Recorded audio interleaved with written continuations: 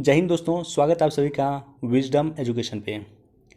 जैसा कि आप सभी को थंबनेल पे दिख रहा होगा, दैनिक जागरण के राष्ट्रीय संस्करण का न्यूज़ एनालिसिस मैं फ़िलहाल कुछ दिन के लिए बंद कर रहा हूँ। आने वाले 2 महीना मेरा काफ़ी बिजी जाने वाला है।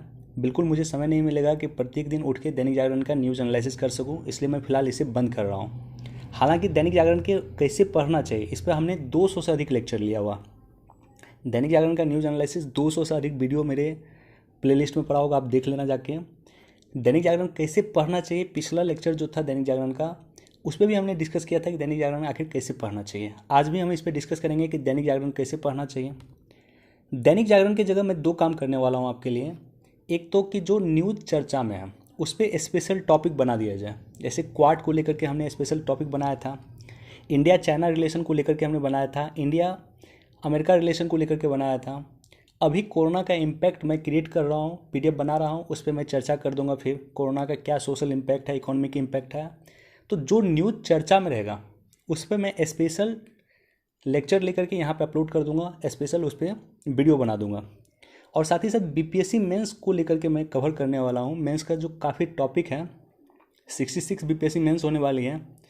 पिछले वर्ष में मैं चाह रहा था कि मेंस पे, बीपीएससी मेंस पे फोकस करके कुछ लेक्चर यहाँ पे लिया जाए। मैं ऐसा कर नहीं पाया, बिल्कुल समय नहीं मिला था।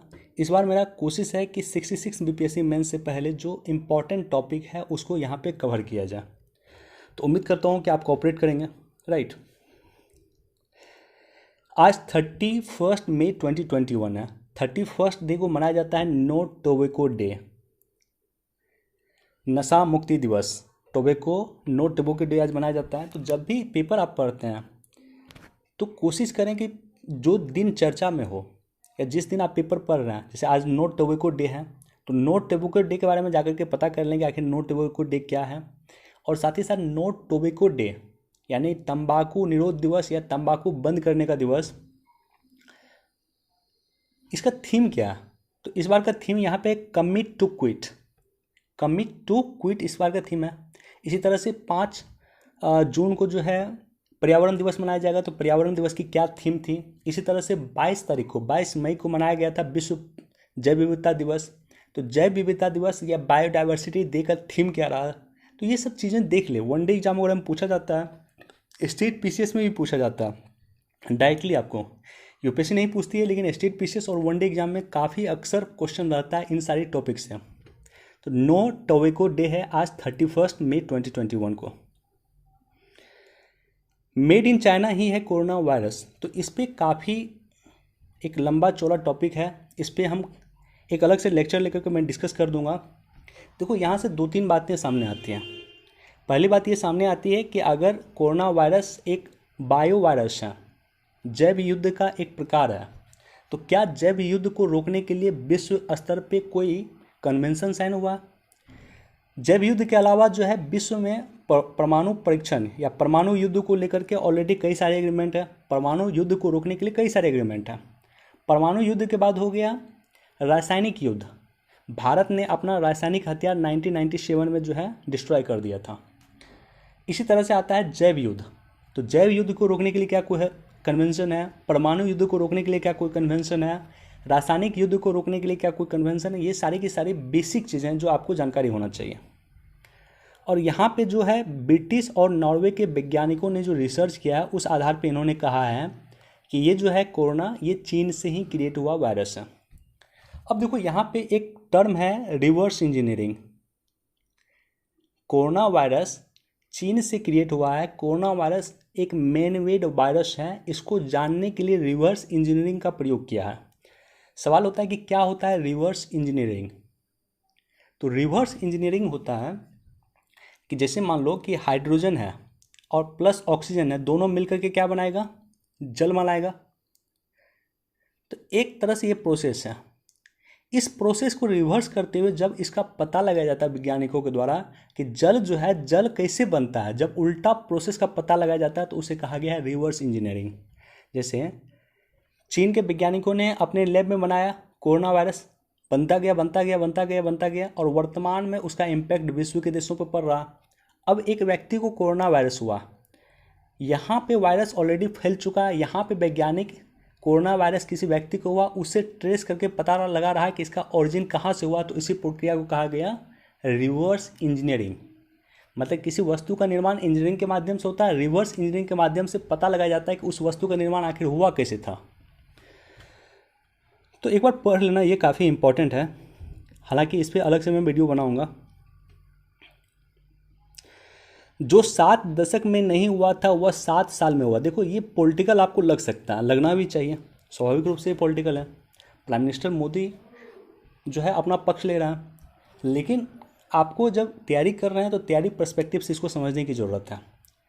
पिछले 7 वर्ष में क्या क्या हुआ, किस तरह से भारत की विदेश नीति बदली है, इसके बारे में आपको जानकारी होना चाहिए।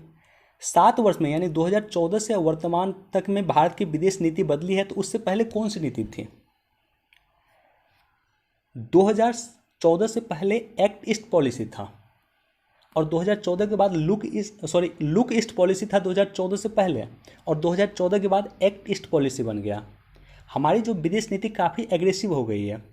तो ये सारा का सारा पर्सपेक्टिव आपको समझना चाहिए। और साथ ही साथ यहाँ पे आर्टिकल 370 को रिमूव किया गया है, इसके बारे में आपको पता होना चाहिए। ट्रिपल तलाक बिल लाया गया है, ओबीसी आयोग को संवैधानिक दर्जा दिया गया है, आयुष्मान योजना की शुरुआत किया गया है। तो ये सब कुछ नया नया काम हुआ है। बेसिकली आपको पता होना चाहिए कि 2014 के बाद क्या ड्रास्टिक डेवलपमेंट हुआ। कुछ जगह जो ड्रास्टिक डेवलपमेंट हुआ, आर्टिकल 370 का रिमूव होना साधारण बात नहीं है, ये ड्रास्टिक डेवलपमेंट है, और ये क्वेश्चन कभी भी पूछ सकता।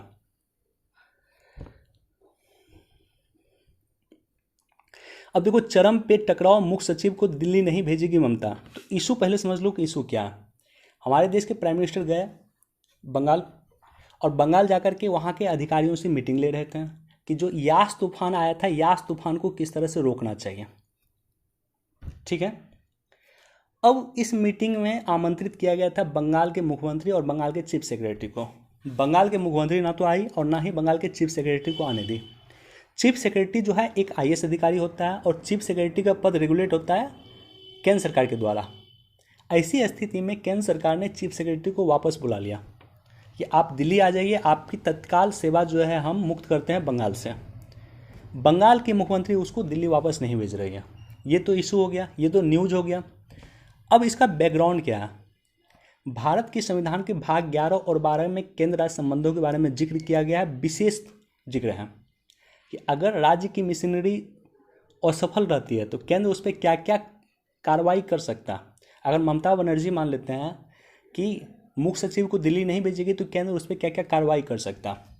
तो 11 और 12, भाग 11 और 12 के बारे में जाकर के देख लेना। केंद्र राज्य विधायी संबंध, केंद्र राज्य कार्यकारी संबंध या प्रशासनिक संबंध, और केंद्र राज्य वित्तीय संबंध, ये तीनों के बारे में आपको जानकारी होना चाहिए। और ये जो पार्ट है, ये संघवाद के समक्ष सबसे बड़ी चुनौती है। केंद्र राज्य संबंधों में जो टकराव होता है वो संघवाद के समक्ष सबसे बड़ी चुनौती होती है। इसलिए जो संघवाद होता है, संघवाद क्या होता है इसके बारे में भी आपको जानकारी होना चाहिए। एक अलग से लेक्चर लिया था हमने, संघवाद क्या होता है और संसदीय शासन प्रणाली क्या होती है, आपको मिल जाएगा प्लेलिस्ट में, देख सकते हैं। तो संघवाद जो होता है, संघवाद की प्राथमिक मांग यही होती है कि केंद्र, सेंटर और स्टेट के बीच में अगर कोई डिस्प्यूट होगा तो इस डिस्प्यूट को सॉल्व करने के लिए कोई थर्ड पार्टी चाहिए। इसलिए संघवाद की प्राथमिक मांग होती है कि न्यायपालिका की सर्वोच्चता होनी चाहिए। भारत में संघवाद है, भारत में न्यायपालिका की सर्वोच्चता व्यावहारिक तौर पे है, लिखित तौर पे नहीं है, लेकिन व्यावहारिक तौर पे न्यायपालिका की सर्वोच्चता है, जो केंद्र और राज्यों के बीच में कोई डिस्प्यूट होगा तो उसको सॉल्व करने का काम करेगी।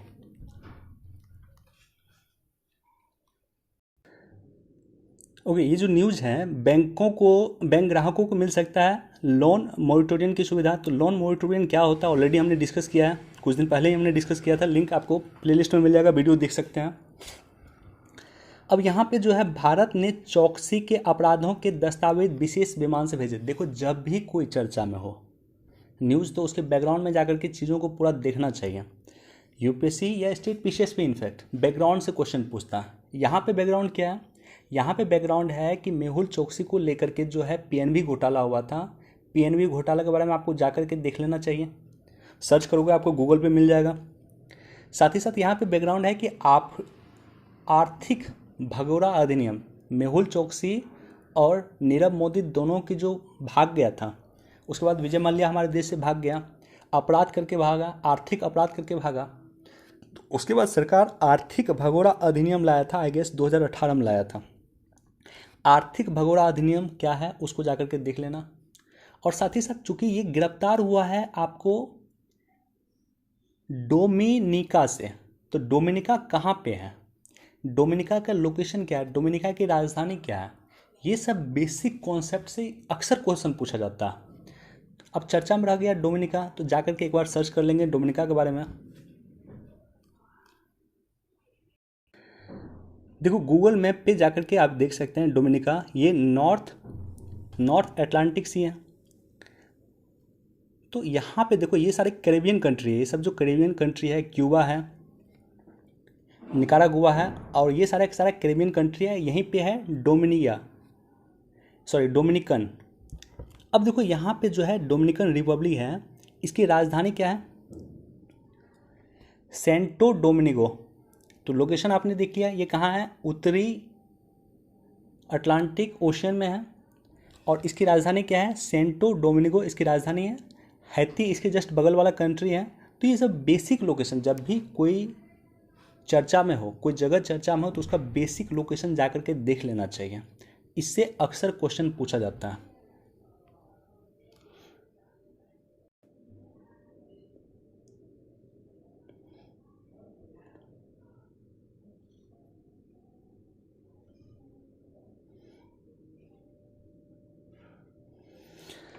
देखो यहाँ पे दुनिया भर में छग का कोविड कवच जो तैयार किया है, छत्तीसगढ़ के वनवासियों ने तैयार किया। छत्तीसगढ़ के जनजातियों ने कोविड कवच तैयार किया, जड़ी बूटी कवच तैयार किया है, इसे दुनिया भर में पहुंचाया जाएगा। अब देखो इसको जो पहुंचाने का काम होता है वो करता है ट्राइफेड, हिंदी में कहा जाता है सरकारी जनजातीय सहकारी विपणन विभाग विकास एजेंसी। काफ़ी इंपॉर्टेंट संस्थान है, इसके बारे में निश्चित तौर पे आपको पता होना चाहिए। ट्राइफेड जो है भारतीय जनजातीय सहकारी विपणन विकास परिसंघ, जिसे ट्राइफेड कहा गया है, इसकी स्थापना 1987 में हुई थी। यह राष्ट्रीय स्तर पर एक शीर्ष संगठन है जो जनजातीय कार्य मंत्रालय के प्रशासकीय नियंत्रण के अधीन काम करता है। यानी इसकी जो उत्पत्ति हुई है 1987 में, जनजातीय मंत्रालय के अधीन ये काम करती है। ट्राइफेड का हेडक्वार्टर कहाँ है, तो इसका हेडक्वार्टर नई दिल्ली में है, और इसके 13 क्षेत्रीय कार्यालय हैं जो देश के विभिन्न स्थान पर काम करता है। ट्राइफेड का मुख्य उद्देश्य, ये जो संस्था बनी थी ट्राइफेड, इसका मुख्य उद्देश्य है जनजातीय उत्पाद, जो भी जनजातीय उत्पाद होता है, धातु कला हो गया, जनजातीय टेक्सटाइल हो गया, कुम्हारी हो गया, जनजातीय पेंटिंग हो गया, तो इस पे या माइनर फॉरेस्ट प्रोडक्ट जो जनजातीय उत्पाद होता है, ये सारी की सारी चीज़ों को इसका विपणन करना, उसका विकास करना, इसका मार्केटिंग करना, बेसिकली ये इसका काम होता है, जिससे जनजातीय लोगों की सामाजिक और आर्थिक विकास सुनिश्चित हो सके। यानी जनजातीय क्षेत्र में जो भी सामान बनता है, एक तरह से समझो, उसका ये संस्था उसका मार्केटिंग करता है और जनजातीय लोगों के विकास के लिए काम करता है। जनजातीय लोगों को अगर ट्रेनिंग देना होगा तो ट्राइफेड के माध्यम से ट्रेनिंग दिया जाएगा। तो ये सारा का सारा काम करता है, बेसिकली जनजातीय क्षेत्रों से ये ट्राइफेड करता है।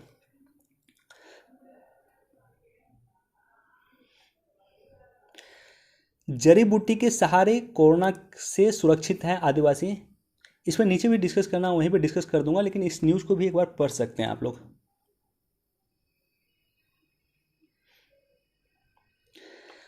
क्वाड सैन्य गठबंधन नहीं, कुछ देशों की आशंका निराधार। क्वाड को सैन्य संगठन चीन के द्वारा कहा जाता है। क्वाड को सैन्य संगठन कहा जाता है आपको रशिया के द्वारा। क्वाड को एशियन नाटो कहते हैं, Asian NATO, ASIAN, Asian NATO, इन देशों के द्वारा, और कहा जाता है कि ये एशियन नाटो है। नाटो क्या है, नाटो एक सैन्य संगठन है, यूरोप के देश और अमेरिका और कनाडा वगैरह का एक सैन्य संगठन है नाटो। नाटो का सिंपल मतलब एक समझो कि नाटो के किसी एक देश, छोटा से छोटा देश पे अगर कोई देश हमला करता तो संपूर्ण नाटो के देश पे वो हमला माना जाएगा, और संपूर्ण नाटो के देश मिलकर उसका प्रतिकार करेंगे। मसलन चीन अगर नाटो के किसी छोटे से देश पे हमला करता है तो जितने भी नाटो के देश हैं, including America, including France, including Canada, सभी मिल करके चीन पे हमला कर देंगे। तो एक देश पे हमला मतलब सभी पे हमला।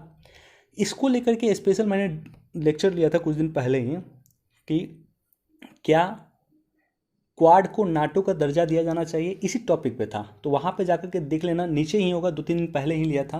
क्या क्वाड को नाटो का दर्जा दिया जाना चाहिए। अब देखो ये जो न्यूज़ है, गूगल फेसबुक भारत के नियमों के अनुसार अपडेट करने लगे वेबसाइट। तो जो हमारा नियम था सोशल मीडिया को रेगुलेट करने के लिए, जो सरकार फरवरी में नियम लाया था, 25 फरवरी 2021 को जो नियम लाया था, उस नियम के अनुसार कहा गया आप शिकायत अधिकारी नियुक्त कीजिए। और उसी के तहत अब गूगल और फेसबुक एक्टिव हुई है और इसको अपडेट करने लगी है। और साथ ही साथ एक शिकायत निवारण अधिकारी की नियुक्ति उसको करना है भारत में। इसके बैकग्राउंड में जाओगे तो सोशल मीडिया रेगुलेशन का जो नया एक्ट है उसके बारे में आपको पता होना चाहिए, कई बार हमने डिस्कस किया है। सोशल मीडिया का जो नया रेगुलेशन है बेसिकली 3 काम करता है। एक तो ये काम करता है कि सोशल मीडिया को रेगुलेट करने का काम करेगा, दूसरा है डिजिटल मीडिया को रेगुलेट करने का काम करेगा, और तीसरा काम करेगा OTT प्लेटफॉर्म को रेगुलेट करने का काम करेगा।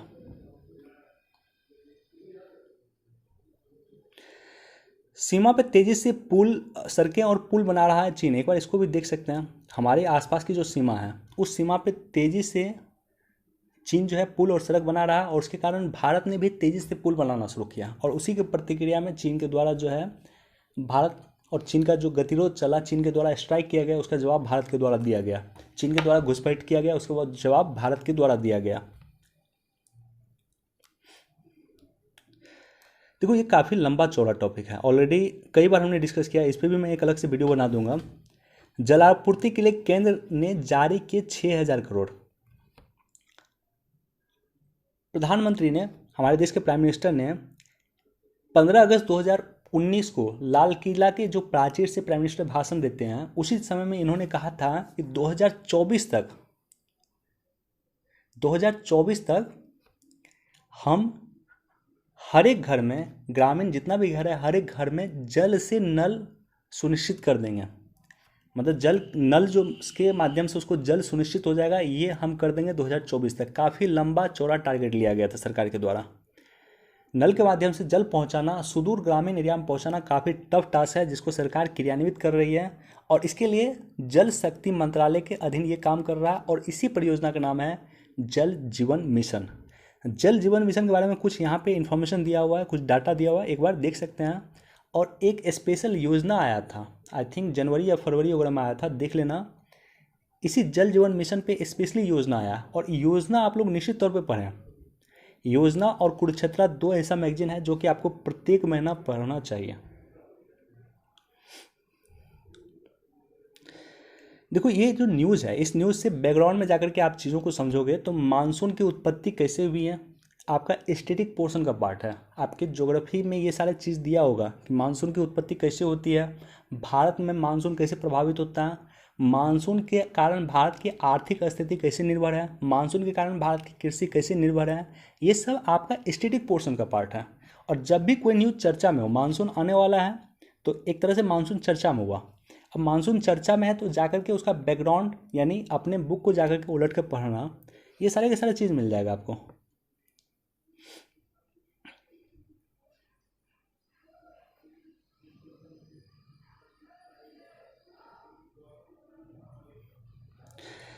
देखो यहाँ पे सब मिलके अकेले रामदेव के खिलाफ खड़े हो गए। तो बाबा रामदेव जो है, इन्होंने कहा है कि एलोपैथिक की दवा जो है काफ़ी कॉस्टली आती है, और एलोपैथिक उचित रूप से कोरोना का इलाज नहीं करता है। कोरोना का इलाज करता है आयुर्वेदिक, कोरोना का इलाज करता है योग। देखो ये टॉपिक पे मैं पढ़ना नहीं चाहूँगा, मुझे इस पर कोई दिलचस्पी नहीं है। इसको आप लोग को जैसे लेना होगा आप लोग लेना। मुझे दिलचस्पी इस बात की है कि भारत का जो ऐतिहासिक धरोहर रहा उस पर कभी खर्च नहीं किया गया। मसलन अगर आप देखोगे मैकाले को, लॉर्ड मैकाले की जो शिक्षा नीति आई थी वो आई थी 1835 में, 1835 में। लॉर्ड विलियम बेंटिंग उस समय में हमारे देश के गवर्नर जनरल थे। तो लॉर्ड विलियम बेंटिंग के समय में मैकाले की शिक्षा नीति आई थी, और मैकाले ने एक बहुत फेमस स्टेटमेंट दिया था। उन्होंने कहा था कि पूरे भारत में जितना किताब है और पूरे अरब वर्ल्ड में जितना किताब है, उसमें उतना नॉलेज नहीं है जितना ब्रिटेन के किसी लाइब्रेरी की एक अलमारी की किताब में है। इस तरह से भारत और ब्रिटेन, अरब वर्ल्ड को उन्होंने डिस्करेज करने का काम किया था। लेकिन उसी तरह से आप देखोगे वहीं ब्रिटिश था जो भारत में जो किताबें थी, पुरानी किताब, उसको ले जाकर के ब्रिटेन में स्टडी करने का काम किया। वहीं फ्रेंच लोग थे जो आज भी पतंजलि वगैरह की जो किताब थी आज भी उसको स्टडी कर रहे हैं। वो जीवक की जो किताब थी आज भी उसको स्टडी कर रहा है।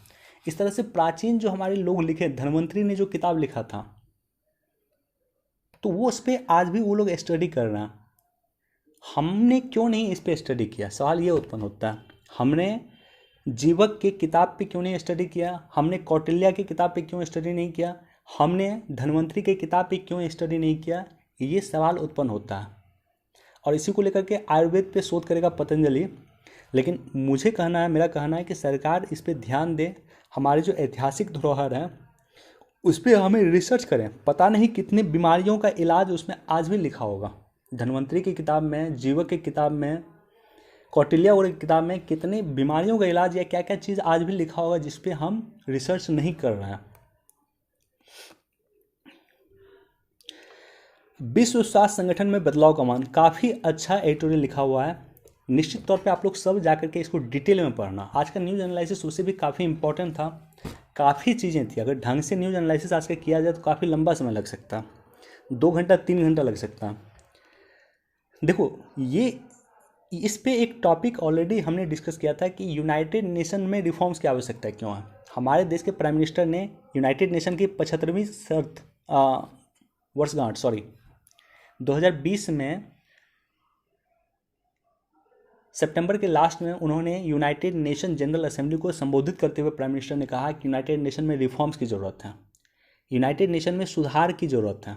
और इसके बाद ये टॉपिक चर्चा में आ गया कि क्यों यूनाइटेड नेशन में रिफॉर्म्स की ज़रूरत है और क्यों यूनाइटेड नेशन की बहुत सारी संस्था में रिफॉर्म्स की ज़रूरत है, इंक्लूडिंग वर्ल्ड हेल्थ ऑर्गेनाइजेशन में रिफॉर्म्स की क्यों ज़रूरत है।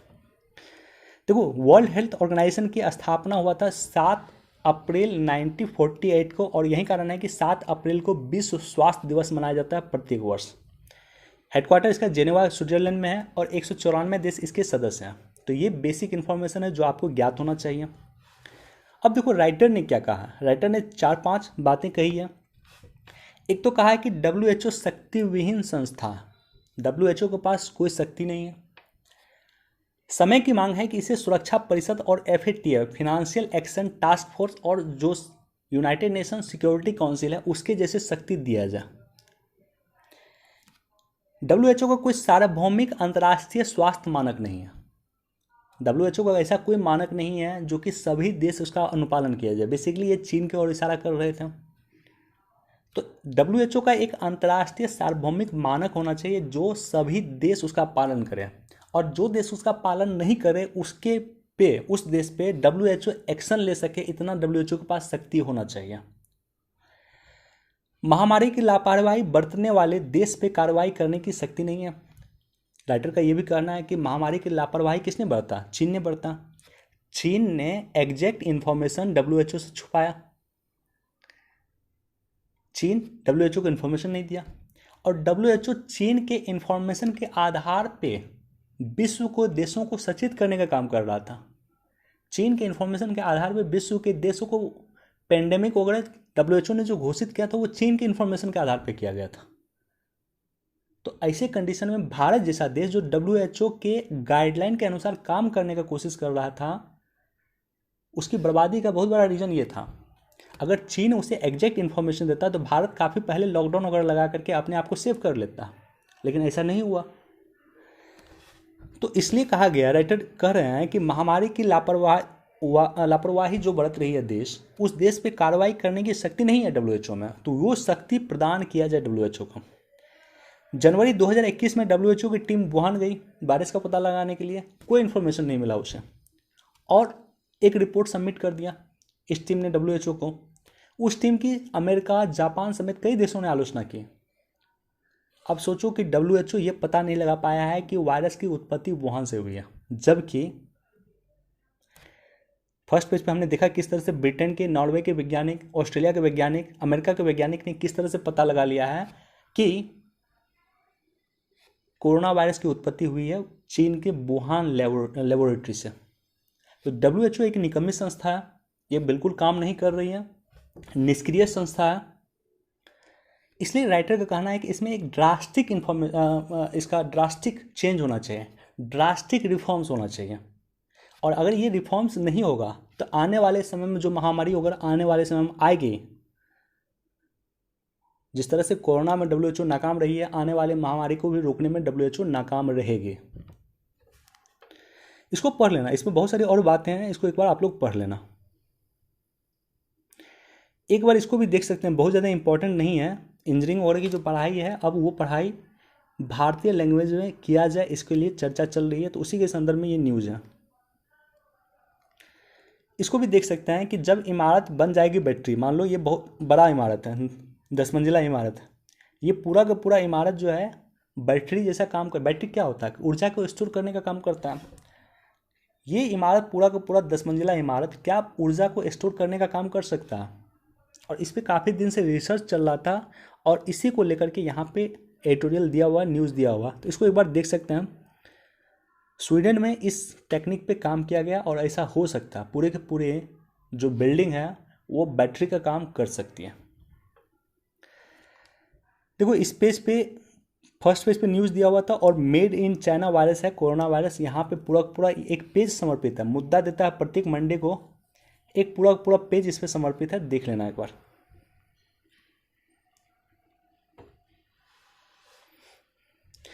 तिब्बत को चीनी प्रांत बनाने की कोशिश, तो ये चीन के जो निर्वासित, तिब्बत के जो निर्वासित सरकार हैं वो भारत में रहते हैं, भारत के धर्मशाला में रहते हैं, और वहीं कह रहे हैं कि चीन जो है पूरी तरह से सांस्कृतिक आधार को भी तिब्बत को अपने में मिला रहा है। सांस्कृतिक आधार में क्या है, मतलब वहाँ के लोगों को मार रहा है, वहाँ पे अधिक से अधिक चीनी लोगों को बसा रहा है, पूरी तरह से तिब्बत की जो संस्कृति है उसको समाप्त करके चीन की संस्कृति वहाँ पे स्थापित करने का काम कर रहा है। तो ये सारी की सारी चीज़ें यहाँ पे दिया हुआ, तो इसको एक बार देख लेना आप लोग। साथ ही साथ यहाँ पे अगर इस न्यूज़ का एनालिसिस किया जाए तो ये काफ़ी इंपॉर्टेंट और इंटरेस्टिंग है कि पाकिस्तान को अमेरिका से दूर करने के लिए चीन बढ़ाएगा निवेश। देखो कुछ समय में चर्चा चल रही थी कि अमेरिका अपना जो बेस है, जो अफगानिस्तान में बेस है, अफगानिस्तान से अमेरिका बाहर निकल रहा है, अफगानिस्तान से अमेरिका बाहर निकल रहा है। ऐसी कंडीशन में वो पाकिस्तान में अपना बेस बना सकती है ताकि अगर तालिबान स्ट्रांग होता है फिर अफगानिस्तान में, तो तालिबान पे अमेरिका हमला कर सके। अब ये चर्चा चल रही थी, इसको लेकर के अमेरिका के जो है, अमेरिका में जो थिंक टैंक हैं वो चर्चा कर रहा था। अब चाइना सचेत हो गया। चाइना सचेत इसलिए हुआ कि चाइना समझ रहा है कि अगर हम पाकिस्तान को अपने पक्ष में लेते हैं तो भारत पे दबाव डालने के लिए भी ये काम देगा। साथ ही साथ सीपेक को उसे स्ट्रॉन्ग करना। आज से याद करो, आप कुछ दिन पहले, 1 महीना पहले हमने डिस्कस किया था कि चाइना सीपेक से धीरे धीरे हाथ खींच रहा है। सीपेक को वो जो पहले सीपेक को प्रायोरिटी दे रहा था वो नहीं दे रहा, लेकिन इस न्यूज़ के बाद कि अमेरिका पाकिस्तान में अपना बेस बना रहा है, इस न्यूज़ के बाद चीन भी जो है फिनेंशियली तौर पे पाकिस्तान का सपोर्ट करने के लिए तैयार हुए, क्योंकि चीन चाहता है कि पाकिस्तान में अमेरिका का प्रभुत्व ना रहे। और अमेरिका क्या चाहेगा, अमेरिका चाहेगा कि पाकिस्तान में चीन का प्रभुत्व ना रहे। साथ ही साथ यहाँ भी देख लेना, ये काफ़ी इंपॉर्टेंट और इंटरेस्टिंग है। काफ़ी वर्ष पहले चीन में एक पॉलिसी आई थी, 1 चाइल्ड पॉलिसी, मतलब एक व्यक्ति एक ही संतान पैदा कर सकता है। इस पॉलिसी को अब चर्चा किया जा रहा है कि इस पॉलिसी को चीन में समाप्त किया जाए।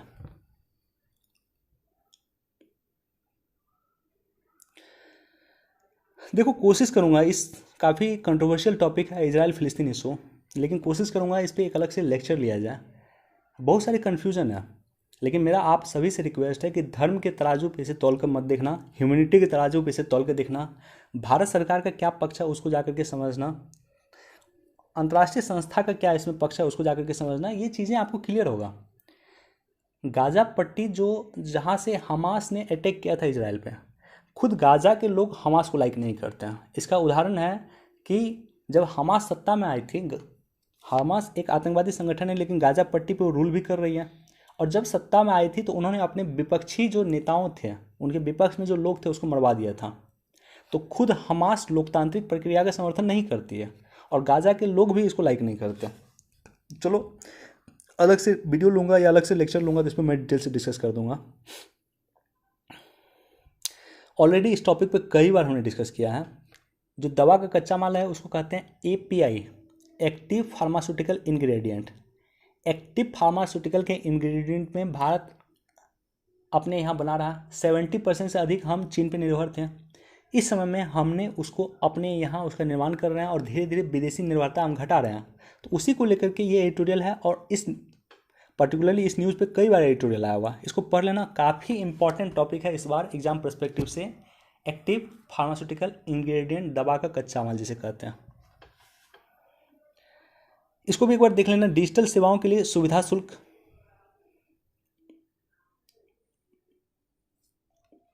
देखो पुलिस रिफॉर्म्स पे भी एक अलग से मैं वीडियो बना दूंगा, लेकिन 2-3 समिति जो आपको जानकारी होना चाहिए पुलिस रिफॉर्म्स के बारे में जो आप पढ़ रहे हैं। एक तो आपको पता होना चाहिए धर्मवीर भारती समिति थी, पुलिस रिफॉर्म्स के लिए आई थी 1977 में। धर्मवीर समिति आपको पता होना चाहिए पुलिस रिफॉर्म्स के लिए इंपॉर्टेंट समिति है।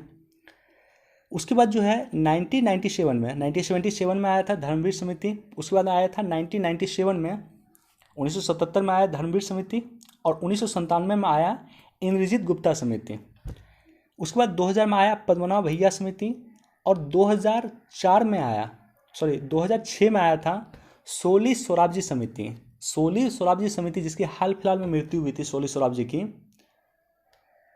उसके आधार पे सरकार ने मॉडर्न पुलिस एक्ट लाया था और उसके बाद सुप्रीम कोर्ट का गाइडलाइन आया 2006 में। तो ये बेसिक जो चीज़ें हैं जो भारत में पुलिस रिफॉर्म्स को लेकर के आवश्यक तत्व है या आवश्यक समिति है जिसके बारे में आपको ज्ञात होना चाहिए। अलग से मैं डिस्कस कर दूंगा इस पे पुलिस रिफॉर्म्स को लेकर के, और जिस भी टॉपिक पे आप लोगों को कोई दिक्कत हो तो आप लोग हमें कमेंट सेक्शन में लिखना, मैं उस पर स्पेशल डिस्कस कर दूंगा। जीएसटी कंपनसेशन आज से लगभग 8 महीना पहले मैंने स्पेशल वीडियो बनाया था, जाकर के देख लेना। काफ़ी डिटेल एनालिसिस किया था कि आखिर जीएसटी कंपनसेशन क्या है, और मैंने उसमें भी कहा था कि जीएसटी कंपनसेशन अभी समाप्त नहीं होने वाला है, ये टॉपिक आने वाले 1 वर्ष 1.5 वर्ष तक रहेगा। तो इसको जाकर के देख लेना, लगभग 20-22 मिनट का वीडियो है, डिटेल से हमने डिस्कस किया था जीएसटी कंपनसेशन के बारे में। बिना गारंटी लोन का दायरा बढ़ा, तो अस्पताल ऑक्सीजन प्लांट बनाने के लिए ले सकेंगे 2 करोड़ तक का लोन। अस्पताल जो है ऑक्सीजन प्लांट बनाने के लिए 2 करोड़ तक का लोन ले सकेंगे, इसके लिए उसे कोई लोन गारंटी देने की जरूरत नहीं है, राइट। देखो यहां से अगर आप देखोगे, एक परियोजना भारत में चल रही है इंफ्रास्ट्रक्चर की परियोजना, 111 लाख करोड़ रुपए, 1-2 रुपया नहीं है, 1-2 लाख करोड़ भी नहीं, 111 लाख करोड़ रुपया नेशनल इंफ्रास्ट्रक्चर पाइपलाइन पे NIP पे खर्च हो रहा है। नेशनल इंफ्रास्ट्रक्चर पाइपलाइन परियोजना पे खर्च हो रहा है। तो निश्चित तौर पे जाकर के सर्च करना नेशनल इंफ्रास्ट्रक्चर पाइपलाइन परियोजना, जो भारत की अवसंरचना की इंफ्रास्ट्रक्चर की सबसे बड़ी परियोजना। अब देखो ESIC के तहत नई व्यवस्था पे श्रम मंत्रालय ने बढ़ाए कदम। तो श्रम को लेकर के याद रखना, लेबर रिफॉर्म्स हुआ, लेबर रिफॉर्म्स को लेकर के 4 कोड आए हैं भारत में। बहुत सारे कानून जो थे 44 कानून को खत्म करके सिर्फ 4 कानून में कन्वर्ट किया गया है, तो इसे जाकर के जरूर देखना लेबर रिफॉर्म्स। साथ ही साथ यहाँ पे दिया हुआ ESIC के बारे में, EPFO के बारे में। ESIC EPFO ये संस्था है, इसके बारे में निश्चित तौर पे आपको जानकारी होना चाहिए। इसके बारे में सर्च कर लेना, गूगल पे आपको मिल जाएगा, और इसका बेसिक पॉइंट जरूर लिख लेना।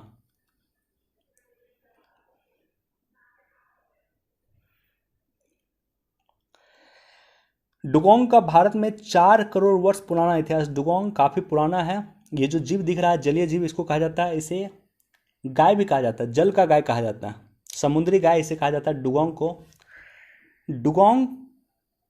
डुगोंग के लिए जो है 28 मई को प्रत्येक वर्ष विश्व डुगोंग दिवस मनाया जाता है। तो विश्व डुगोंग दिवस कब मनाया जाता है? 28 मई को।